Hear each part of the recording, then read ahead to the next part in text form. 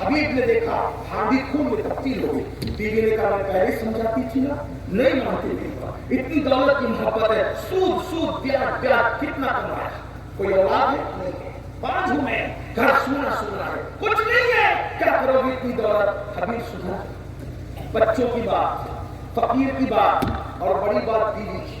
ایک بات میں بہنوں سے کہوں, آدمی جب کسی کی نہیں سنتا, بیوی کی بات میں بڑا ہنسنے کی بات نہیں. عورتیں چاہے تو اپنے شوہر کو سنا, ایک بڑی تعریف ہے اس میں.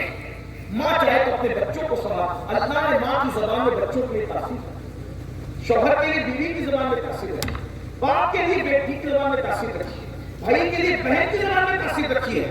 ایک عورت 4 مردوں کو جنتی بنا سکتی ہے, شوہر کو, بیٹے کو, بھائی کو, باپ کو, اور ایک عورت 4 مردوں کو جہنمی بنا سکتی ہے. باہر بیوی نے جب کہا حبیب بدلتے کیوں, کیا کرو گی اتنی دولت, کہاں لے جاؤ گی اتنی دولت. حبیب نے کہا صبح سے اب تک چوٹ پر چوٹ, چوٹ پر چوٹ, چوٹ پر چوٹ لگ رہی ہے. حبیب نے کہا صحیح کہا, اب حبیب بدل جائے. حبیب نے کہا اب حبیب بدل جائے, اب حبیب بدل جائے, اب حبیب تبدیل ہو جائے, اب حبیب توبہ کرنے کا. لیکن توبہ کرو اس لیے کہ توبہ کرو تو اللہ قبول کرتا ہے, لیکن توبہ اگر کسی اللہ والے کے ہاتھ میں ہاتھ دے کے کرو اس کی بات نہیں. کوئی اللہ والا تو ملے جس کے ہاتھ میں توبہ کرے. فوراً خیال آیا, ارے حبیب تو بصرہ میں رہتا ہے, بصرہ میں, اور اس سے بڑا خوش نصیب کون ہوگا, مولا علی کا مرید, مولا علی کا خلیفہ امام حسن بصری جیسا ولی تیرے شہر میں رہتا ہے.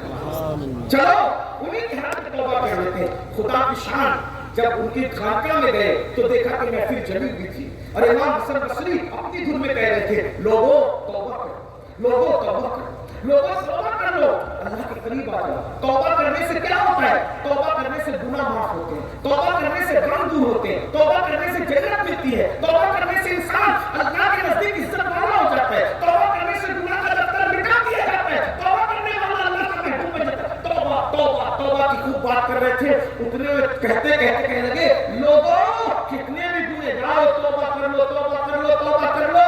فرماتے میرا اللہ سب کی توبہ قبول کرتا ہے, میرا اللہ سب کی توبہ قبول کرتا ہے. ارے اگر آج کی تاریخ میں حبیب سود کو جیسا پاپی بھی توبہ کر لے, اللہ اس کو بھی معاف کر دے. میں کہنا تھا حبیب کا تو کلیجہ کٹا, میں اتنا پاپی گنہگار کہ میرا ذکر حسن بصری کی محفل میں ہو رہا ہے, لیکن وہ جوان قریب آئے, حضرت یہ جملہ جو آپ نے ابھی پڑھا آخری میں ذرا کہو تو آپ نے کہا آج اگر حبیب سود کو بھی توبہ کرے اللہ اس کو ہی معاف کر دے گا. پھر اور قریب آئے, بہت خوبصورت جملہ ہے, ایک بار آپ کہیے نا حضرت, کہا اگر آج حبیب سود کو بھی توبہ کرے اللہ اس کو معاف کرے. قدم پکڑ لیے, گواہ رہیے, آج حبیب نے توبہ کر لی. سبحان اللہ. امام حسن بصری نے کہا کون ہے تو, کہا میں تو حبیب سود کو پڑھا لیا, توبہ کی, سارا مال اب میں آپ کو سونپتا ہوں, آپ جو چاہے کریں, سب مال ختم, اب میں اللہ کی راہ میں چلوں گا. توبہ کیا, مرید کیا, اور مرید ہونے کے بعد جب گھر جانے لگے ابھی بھی وہ بچے کھیل ہی رہے تھے. ابھی وہ بچے ادھر جو وہ بچوں کو نہیں کھڑا, واٹس ایپ کا دور تو تھا, فیس بک کا دور تو تھا, سوشل میڈیا کا دور تو تھا, وہ تو خانقاہ میں توبہ کی, روئے دھوئے سچی توبہ کر کے واپس لوٹے. بچے ابھی بھی کھیل رہے تھے. ایک بچہ کہتا ہے ہٹو ہٹو, حبیب اللہ کا حبیب بن کر آ رہا ہے, حبیب اللہ کا حبیب بن کر کے آ رہا ہے. حبیب رونے لگے, یا اللہ گنہگار کا تو نفرت تھی اور توبہ کی تو اس بچے کے دل میں تو نے میری محبت پیدا کر دی, اب پوری زندگی تیرے وقف کر دوں گا. پھر وہی حبیب امام حسن بصری کے خادم ہو گئے. جو لوگ مجمع میں بیٹھے تھے لطف لے رہے تھے سب پیچھے ہو گئے. حبیب نے اتنی محنت کی کہ آگے ہو گئے. صرف مرید نہیں, خلیفہ بھی ہو گئے حسن بصری. جو رسول اللہ نے اپنا جبہ مولا علی کو دیا تھا, وہ جبہ مولا علی نے امام حسن بصری کو دیا, اور حسن بصری نے وہ جبہ حضرت حبیب کو دیا. وہ حبیب کون ہے, انہی حبیب کو دنیا حبیب اجمی کے نام سے جانتی ہے. وہ حبیب اجمی ہے جو دوست کے بھی پیروں کے پیر ہے, اور غریب نواز کی پیروں کے پیر ہے. اور توبہ کی تو پھر مقام کیا ہو گیا, توبہ کی تو مقام کیا ہو گیا. ایک دن حبیب اجمی سے ملنے کے لیے امام حسن بصری ان کی خانقاہ میں گئے. اب ان کی بھی خانقاہ بن گئی, اب ان کی بھی ان سے ملنے گئے تو مغرب کا وقت ہو گیا. دل میں خیال آیا, ارے یہ حبیب پہلے سود کھاتا, اور جیسا میں قرآن پڑھتا ہوں ویسا حبیب نہیں پڑھ پاتا، تو میں اس کے پیچھے کیوں نماز پڑھوں؟ انہوں نے نماز پڑھا دی اپنے مریدوں کو لے کے، انہوں نے بعد میں پڑھی، رات سوئے، خواب میں اللہ کا جلوہ دیکھا، اللہ کا جلوہ دیکھا خواب میں، تو کہتے اللہ میری تمنا یہ ہے جتنی باتیں کی تو سب قبول کر لے۔ تو جواب آتا ہے حسن آج تجھے موقع تو دیا، تو نے اس کا فائدہ نہیں اٹھایا۔ توبہ کرنے والوں کو کیا مقام دیا جاتا ہے؟ حسن تجھے موقع دیا، تو نے اس کا فائدہ نہیں۔ مولا کون سا موقع؟ کہا حبیب اجمی کے پیچھے اگر 3 رکعت مغرب کی پڑھ لیتے نا تو جو کہہ رہے ہو میں بن مانگے تمہیں عطا کر دیتا۔ دیکھیں کہ توبہ کرنے والوں کی عزت۔ میرے بھائیوں آج سے پہلے کچھ بھی ہوا سچی توبہ کرو، بولو توبہ کرو گے، بدلو گے، کل سے نہیں آج سے نمازی بننا، آج سے نہیں ابھی سے بننا ہے۔ جن کی عشاء باقی ہے وہ گھر جا کر پہلے عشاء ادا کریں، پکا جھوٹا وعدہ نہیں بھی کرو گے تو نماز فرض ہے، وعدہ کرو گے تو بھی فرض ہے۔ اور وہ سچا وعدہ کون کون کر لے گے؟ آج سے ابھی سے نمازی بنائیں۔ بہت سبحان، اگر ایسا ہی فائدہ ہوتا تھا تو پھر میں تو بار بار آپ کیے ہیں، اور میر صاحب کہہ رہے تھے کہ آپ کو آنا ہے، میں اٹھا کے رکھو ایسے میں، تھوڑا ہم بھی تو دیکھیں تماشائے اہل خان، ہم بھی تو دیکھیں۔ سبحان، بولو اٹھا کے رکھو، اتنی دیر ہاتھ اٹھا کے نہیں رکھ سکتے، نہیں اٹھا رہے تو پھر اٹھائے تو بولو انشاءاللہ تعالی نماز پڑھتے رہو گے انشاءاللہ۔ نماز پڑھیے، اپنی علماء سے وابستہ رہیے، مدرسے جتنے بھی مدرسے آپ کے علاقے میں چلتے سب کا خیال کریے، اس ادارے کا بھی خیال کریے۔ دعا کرتا ہوں اللہ ہم سب کو عمل کی توفیق دے۔ دونوں کے درمیان دنیا اگر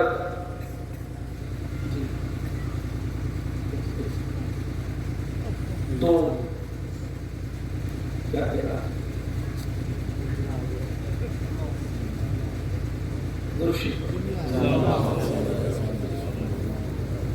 تو جتنے بھی مدرسے ہیں اس کا خیال فرمائیں، مدد کریں، سرکار پوری مطالب ایک لوگ 70 دے گا، 700 دے گا، 2,000 دے گا، اور اپنی علماء سے جڑے رہو۔ اور یاد رکھنا کسی نئے مسلک کی طرف کبھی مت پھسلنا، اپنے بزرگوں کے مسلک پہ قائم رہنا۔ کوئی بات نہیں سمجھ میں تو اپنے علماء سے پوچھنا، اتحاد اپنے اندر قائم رکھو، اتفاق۔ کسی بھی پیر کے مرید ہو، ہم رسول اللہ کے غلام ہیں، ہم سب ایک ہیں، سارے سلسلے ایک ہیں، ساری تنظیمیں ایک ہیں، ساری تحریک ایک ہے، سارے ادارے ایک ہیں۔ امید کرتا ہے اس پہ عمل کریں گے انشاءاللہ۔ استغفر اللہ ربی من کل ذنب و اتوب الیہ۔